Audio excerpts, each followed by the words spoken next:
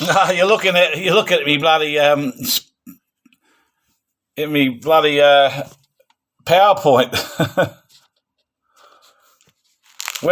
How you going? All right. When I see Bevan, it's usually the other way around. Okay. So that's all right. Oh, look at that new haircut. I hope you didn't pay too much for it. God cuts it. Yeah, God cuts it himself. Yeah, I rang him in. I actually opened up my the party bus one, and then I found I remember the code, so I got in there, but there was nothing in there. But it was a lucky I did, because there was a message from the council saying that my bus parked down on the road is illegally parked, and they're going to move it in 7 days if I don't move it. So I just lucky that I looked there. I thought, holy shit! So cheers for that. Things happen for certain reasons. Correct, it does. So how you been? Not too bad. I've been doing education. Yeah. And I've been doing some of my legal work while I've been in there. So I wrote up, I can access what's something called, because we don't have access to the internet per se, but because our Microsoft operates the Office package, our server talks to the Microsoft website and back. So we get access to certain functions on the website of Microsoft itself, which one of them's called Planetary Explorer, but it doesn't give you GPS locations. You can look at things. It's updated every year. So what I'm looking at is real time. But I can't. What I can't do is look at it. It doesn't have a GPS location function, because it's more for looking at topography, different weather patterns, and all that sort of thing. But you can zoom right down to the house like all normal, and even bend it to a 65 degree. Oh, okay. So have we done 16 Sussex Street? No, but I have done. I've been trying to find the location below Aldinga Beach. Oh. Because the thing I got is a little tiny blurry map of a printout, and all I can read is the GPS location. And so what I've did is I've calculated the rough area, because I asked Moston to try and find the GPS location. He was off by kilometres. Yeah. And so he's not very good at looking those things up. So what I'm going to do is, do you still know the GPS location offhand on your records? For what one? I've got so many. For JR. Oh yeah, JR. Yes. Yeah. I was actually just looking at the pictures before.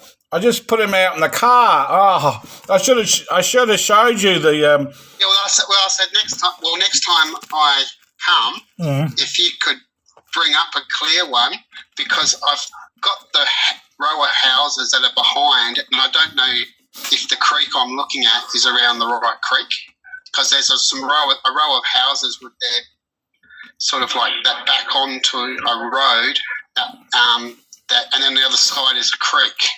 Yeah. And what about Charles Street, where your dad took Louise Bell? Well, can you find that? I've looking at that, it's actually the street behind my auntie's house. In the same location.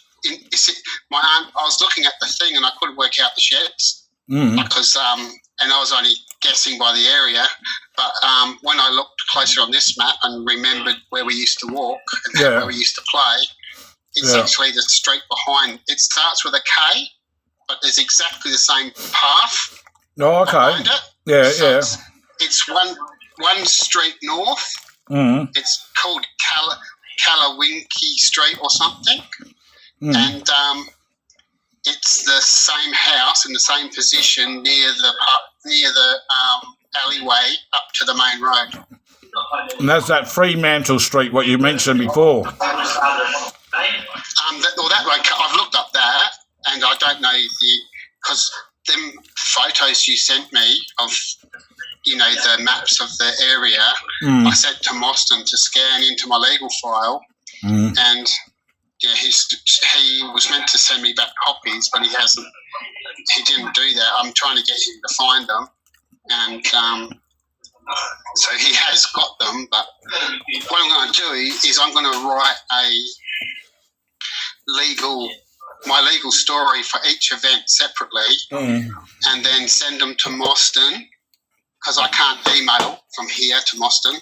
I have to print them out. The photos I need Mostyn to insert from my family album, I'll get him to insert, and then I'll get him to send you a copy of the actual document. Yep. And I'm going to do an official one for the Russ thing, for each thing that happened.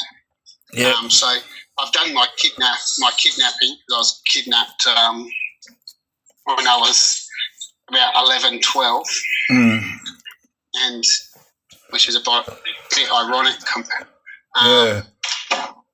considering what Dad was doing. I know. Yeah, and you get kidnapped. Yeah, and the police smashed the car off the road at Wilmington and got me out. Yeah. And because I'd said too much about Dad's past to them in the car, they pumped me. They got their shit beat out of them and sent on to Perth days later, and no charges were laid. But Dad, I remember Dad giving me lectures about, did you think they were going to take you to Perth and play Happy Families? You would have been killed on the highway. On the highway, across the Nullarbor and dumped, and and there's another kid that was involved in that. His name's Kevin Tilbury, who you could contact to confirm that I was taken. Yeah, you mentioned that before about that Hillbury. I remember the name. Yeah, I remember you saying. Because our parents ran. Our mums were working at the Orroroo Roadhouse, which isn't there now. I looked at the maps, and the roadhouse is gone. Yeah. Oh, okay. Yeah. Well, but there's just they're actually in the process of digging it all up. Like there's a little bit left of where the restaurant was. Yeah. Like paths and that, but it looks like it's been totally. They've built a fire station closer to town. But the roadhouse isn't even there. Not even there. But I found the location of the bridge where I was kidnapped. It's just a little bridge just before Orroroo. But what I'll do is I've got all different angles of Papa's house, and I'll draw arrows and say this is where this happened, this is where this has happened, and and also the creek and the reservoir and all that. So the thing's actually good for getting, because it's hard to ask Mostyn to look up something and get for me legally when I can't see it myself. As I said, I got the location of just by looking at a street map of Barbara's house wrong by a street, but when as soon as I saw the house, because I can't get like face view on mine, you can get like a 60. It's like a top image, but it sort of like twists at 65 degrees. Oh, okay, yeah. So it gives the perception it's a little bit 3D. Yeah.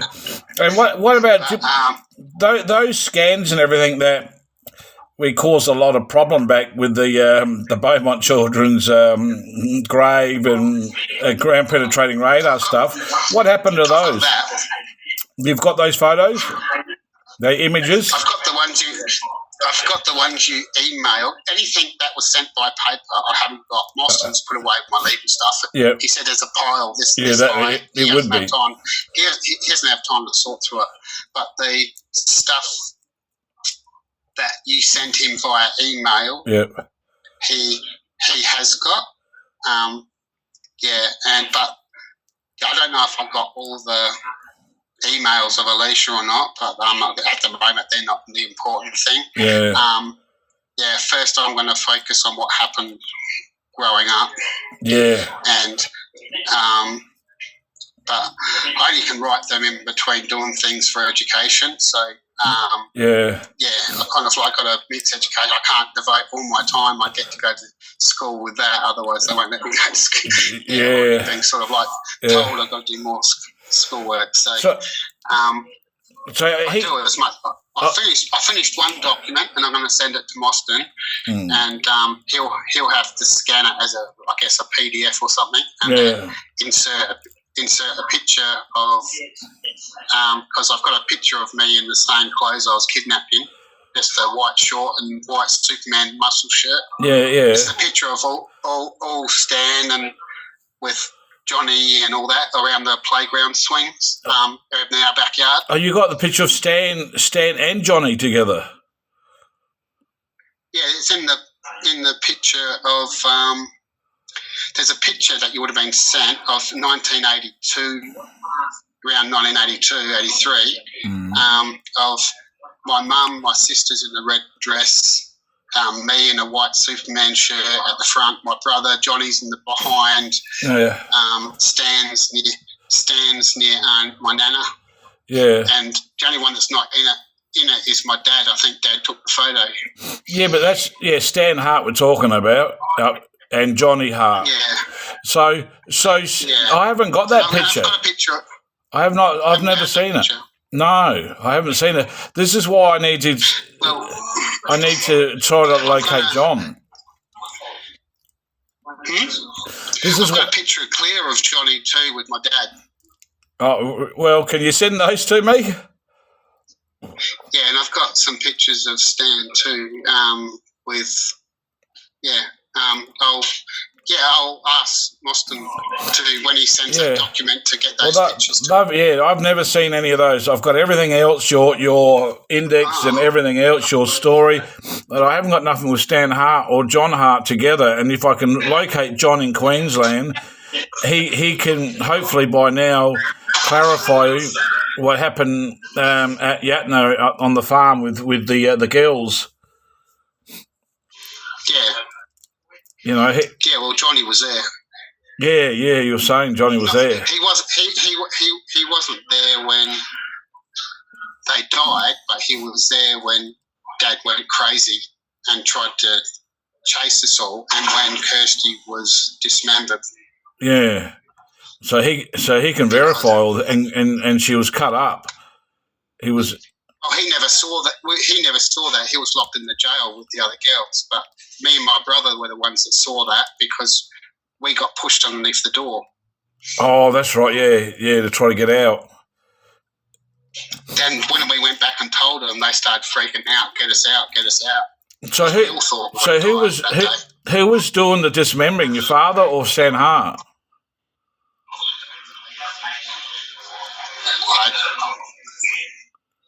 I think they both were. We just remember the kangaroo bags on the table and because bits of her were cut up, and I didn't fully understand, and I didn't even know. Had my brother saying what, because he lifted me up to the window in the enclosed veranda, and he tried to get me to explain what was happening, and me being already a bit selective mute, and I was terrified. I couldn't put it into words, so he made me bend down and climb on top of me, and he just ran towards the door.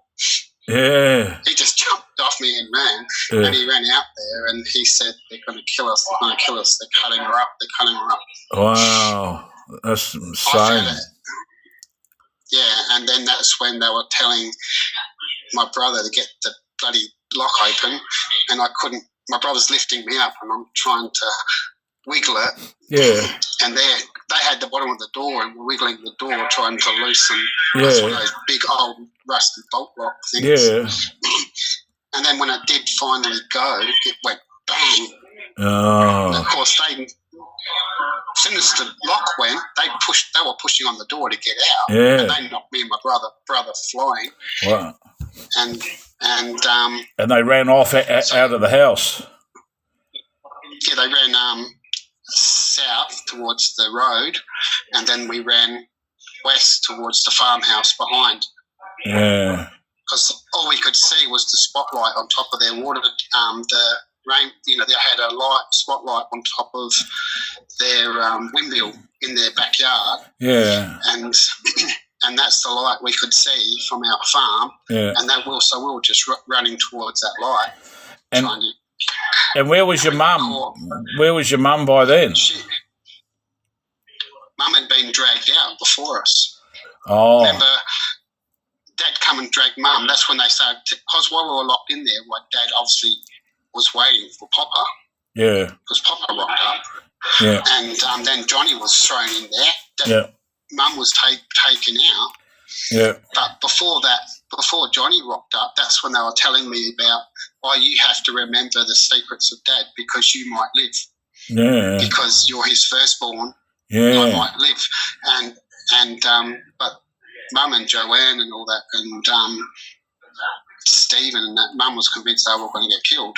Yeah. And so they started telling me, because I was confused, because I kept saying, because I already knew stories about Jane, Anna and Grant's story, because we had to play that game all the time. Yeah. And they're trying to convince me.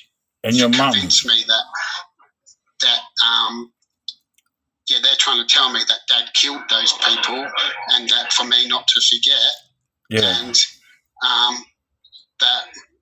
And I kept getting confused, and my auntie would say, "No, it wasn't my dad; it was your dad." Because my auntie's only 5 years older than me, so she was like a bigger sister to me. Yeah. Auntie. Yeah. Yeah. And I'm saying, so your dad killed them, and I remember her telling me after Mum's gone, "No, it wasn't my dad; it was your dad." This is over Jane, Anna, different dad. Jane, Anna, and Grant.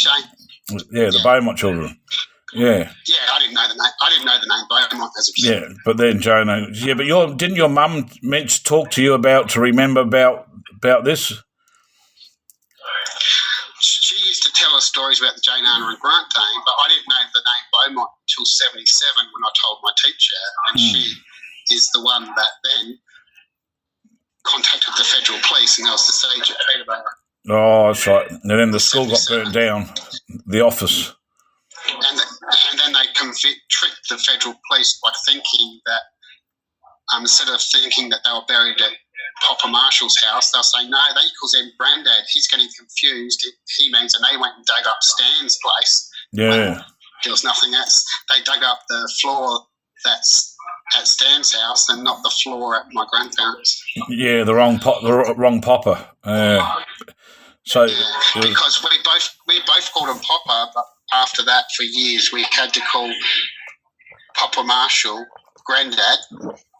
And then it was only when the police started leaving us alone, the federal police, that we were allowed to call him, he accepted Papa again. But he used to hate it when we called him Papa, but we were just that used to it. Yeah.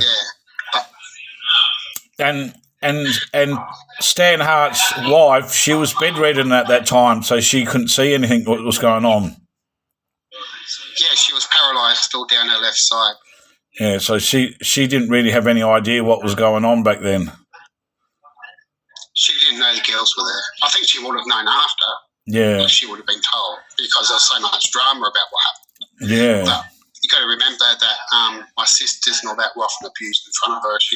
I don't think she had all she had was Stan to look after, and so she sort of like turned her blind eye to what was going on. You've got to remember, my sisters by then were that confused. They were almost often, like especially Jackie, she was infatuated with my granddad Papa for a while because of what she copped from him was a lot nicer than what she copped from Dad. If you know what I mean? Yeah, correct. Yeah. So just getting back, when you all ran off, that's when your father chased you and caught up with you and grabbed him and bring you all back. Yeah, Papa and Stan. Yeah. Yeah, they found you in the bushes. Out in the we were running down the road. Oh. I was caught in the fence, and I always thought it was Joanne that come back and saved me because she had the dress on when we left the football. But because all I baked out in the shadows of the moonlight was someone with hair and a dress came back to get me at the fence, and we were caught first. Oh, and, I remember my auntie getting very mad when I said that Joanne saved me because I was actually my auntie that saved me. They had swapped clothes again. Okay. So Joanne Redcliffe was you thought was the one that saved you in the fence. Yeah, she was the one that.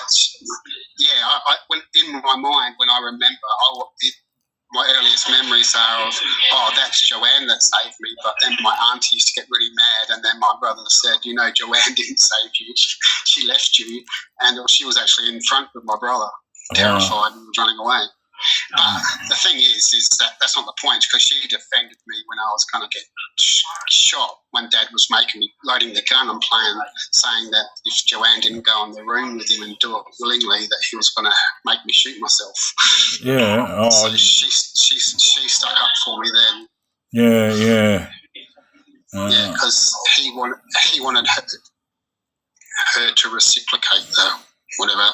Because he used to basically have to rape her and stuff. Yeah. He wanted, Not a good life you had. You saw you've got, I don't know, it's mind-boggling how your life became what it did. No worries. Well, I don't know any different, really, so all I can do is work with what I have. Well, that's right, yeah. It's sort of like, I just don't know. Like I said, I feel undone by it because no one else is in jail. I don't know no one can explain to me what I've done wrong. Yeah. And, I've made a few mistakes in my life and I've never admitted that I'm an angel. But the thing is compared to what's happened, I was told by the police I'd done nothing wrong. When I sat the lie detector, so I've done nothing wrong, then why am I in prison? Yeah, I know. It's very confusing. But your father must have had some issues before they come over to Australia. There was something that happened. That was always a mystery. Like my dad said, the only thing he ever told me when I was a kid, that he doesn't know what he did, why he's like this.